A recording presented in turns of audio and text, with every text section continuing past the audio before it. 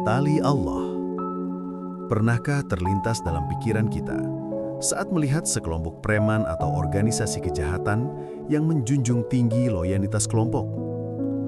Mereka begitu setia, bahkan berani mengorbankan nyawa demi teman atau kelompoknya. Namun pada saat yang sama, mereka bisa sangat kejam terhadap manusia lain di luar kelompoknya. Fenomena ini membuat kita bertanya, apakah kesetiaan seperti itu adalah kebaikan atau justru menjadi berbahaya ketika kesetiaan tidak berpijak pada nilai kebenaran dan kebijaksanaan? Karena itulah Allah berfirman, "Wa'tasimu bihablillahi jami'an wa la tafarraqu." Berpegang teguhlah kalian semua pada tali Allah dan jangan bercerai-berai. Tali Allah bukan sekadar simbol persatuan, melainkan ikatan nilai yang menghidupkan kemanusiaan. Ia tidak menyatukan manusia karena ras, suku, bangsa, bahkan bukan semata karena identitas agama, tetapi karena kesadaran yang sama untuk menjunjung kebajikan, keadilan, kebijaksanaan, dan kasih sayang. Islam tidak mempersatukan manusia dalam keseragaman, melainkan dalam kemuliaan akhlak. Maka seorang Muslim boleh berbeda suku, bahasa, pandangan, bahkan jalan hidup, selama ia tetap berpijak pada nilai rendah hati di hadapan Tuhan dan memuliakan sesama dengan kasih, keadilan, dan kebijaksanaan.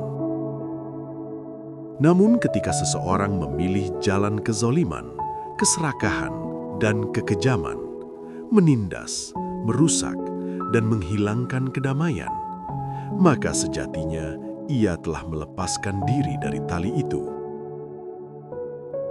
Dan kita tidak layak menyebutnya sebagai bagian dari persatuan.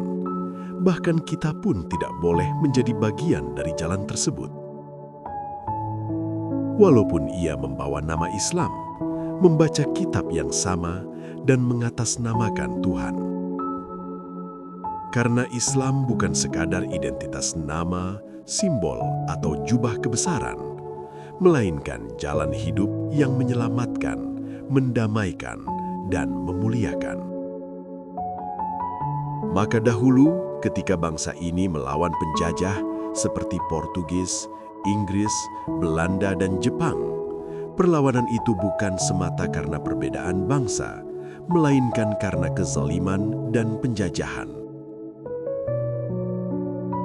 Karena yang dilawan bukan siapa mereka, tetapi kezaliman yang mereka lakukan, maka berhati-hatilah.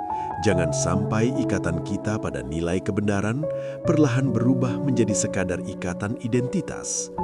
Jangan sampai kita merasa paling benar, namun kehilangan kebenaran itu sendiri karena kesombongan dan kezoliman. Maka apa bedanya seorang Muslim dengan preman bila hanya baik pada orang yang satu kelompok, suku, mazhab, atau agama? Jangan-jangan kita hanya preman berjubah agama.